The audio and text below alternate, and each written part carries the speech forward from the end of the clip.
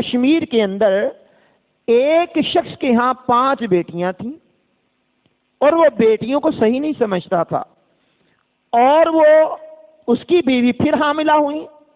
اس کے حاملہ ہوتے ہی اس پر ظلم و ستم کے پہاڑ توڑنے لگ گیا.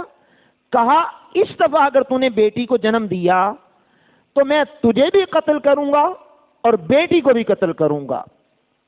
اب یہ زمانہ جاہلیت کی رسومات ہیں، ٹھیک ہے. قدرت کا کرشمہ یہ ہے کہ بیٹی پیدا ہو گئی.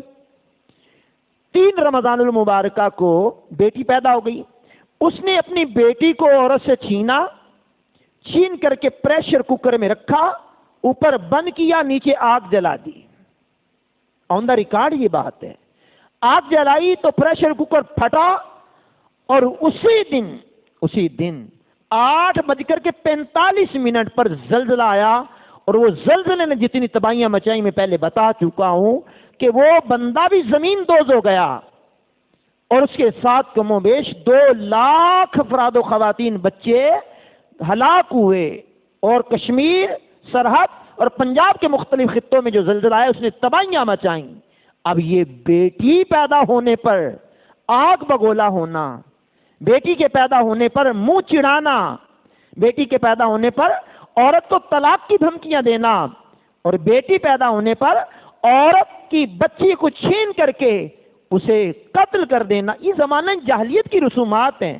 آپ سورہ نحل پڑھیں گے، سورہ نحل کی آیت نمبر 58-59 کے اندر مالک کائنات نے ان 2 آیات میں بیان کیا کہ زمین و آسمان کی جو سلطنت ہے وہ اللہ کی ہے.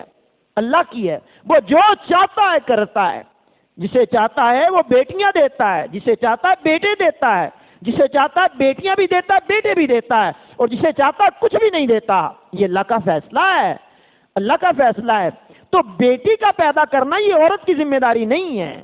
بیٹے کا پیدا کرنا یہ عورت کی ذمہ داری تھوڑی. اللہ دیتا ہے، اللہ دیتا ہے. بیٹیاں بھی اللہ دیتا ہے، بیٹے بھی اللہ دیتا ہے.